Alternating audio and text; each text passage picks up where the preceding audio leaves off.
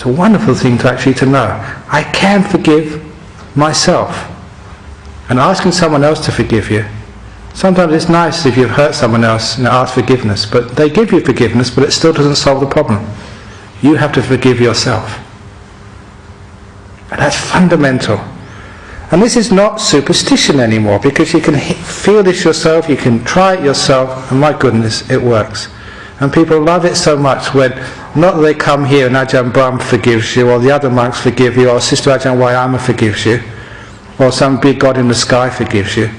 When you do it yourself, you can do it yourself. It's allowable, it can be done, and it's a wonderful thing to do.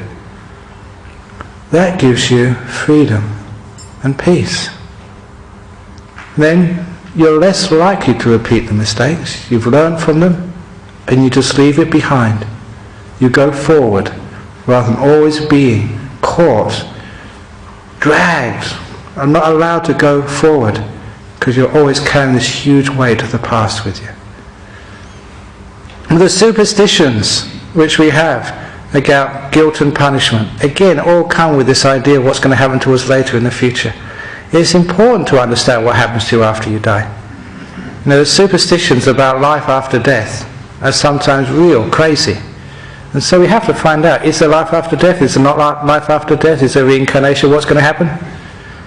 Sometimes it's just passing about to say, well, I'll wait and see what happens after I die. Because sometimes that's a bit too late. Now, fortunately, you don't have to do that. Now, there is ways and means of finding out for yourself. And one of those ways and means is actually finding out through meditation. If there is something which goes on after death, what actually is it? When you understand what this thing we call the mind is, the heart of things, what's really driving you. In my book, Mindfulness, Bliss and Beyond, I gave the simile of the emperor with the 5 pieces of clothing on. It's a powerful simile which I only usually teach during retreats. Imagine there's an emperor, and this emperor is a very, very, very powerful being. And it affects you what this emperor does. But this emperor is clothed. He's got boots, or it's got boots, you don't know if it's a he or she, it's got boots which cover its feet and go right up to its thighs.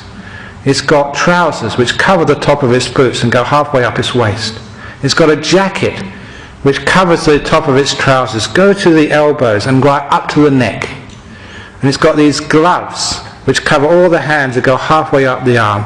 And last it's got a helmet. And this helmet just covers the whole of the face and halfway down overlaps the tunic. So the 5 pieces of clothing completely cover this emperor. So much so you don't know who this emperor is. Whether it's male or female, whether it's old or young, whether it's African, Caucasian, Chinese or what. And this is like the mind. This mind, this emperor within you, is covered with the 5 senses of seeing, hearing, smelling, tasting and touching. And that's why sometimes we don't know what this mind actually is. In the Buddhist way, we want to try and unclothe the emperor. Take off these 5 senses of seeing, hearing, smelling, tasting and touching, to get to this 6th sense, the mind. Always the 6th sense was called the mind in Buddhism. From the very earliest of times, there's always 6 senses.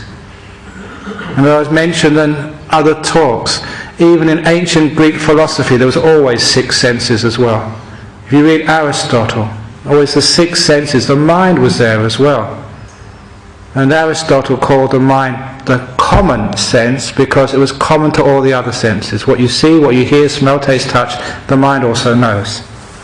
That's why it was Aristotle. He was the one who coined the term common sense. And somehow, in 2,000 years of history in the West, we've not only lost our common sense, we've also lost our mind. We've only got 5 senses left now. And that's a big reason for some of the problems we have.